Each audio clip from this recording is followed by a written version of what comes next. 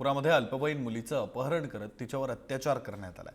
12 वर्षांच्या मुलीला लॉजवर नेत 2 नराधमांकडून अत्याचार करण्यात आला।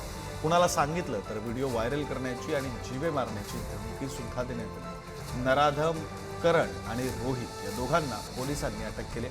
आरोपी विरुद्ध बलात्कार आणि पॉस्कोचा गुन्हा दाखल करण्यात आला।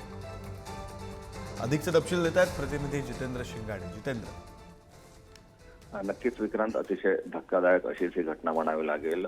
6व्या वर्गात शिकणारी ही 12 वर्षाची मुलगी भाजीपाला आणण्यासाठी मार्केटमध्ये गेली होती। नंदनवन पोलीस स्टेशन हद्दीतील ही घटना आहे। त्यावेळी आरोपी करण आणि रोहित तिथे आले आणि तिला सोबत बिडगाव येथील एका लॉजवर घेऊन गेले आणि तिथे तिच्यावर अत्याचार करत त्याचा व्हिडिओही बनवला। या कार्यात रोहित नेही आरोपीला सहकार्य केलं होतं। त्यानंतर तिला घरी सोडून दिलं। त्यानंतर ही घटना उघडकीस आली आणि कुटुंबियांच्या तक्रारीवरून नंदनवन पोलिसांनी या घटनेचा करण आणि रोहित याच्या विरोधात गुन्हा दाखल केला आणि त्यांना अटकही केलेली आहे। महत्वाचं म्हणजे करण आणि पीडित ही एकाच वस्तीत राहते।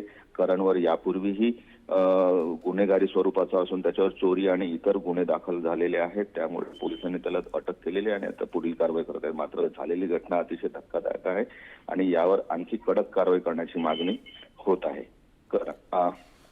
बरं, धन्यवाद जितेंद्र दिलेल्या सगळ्या सविस्तर माहितीसाठी।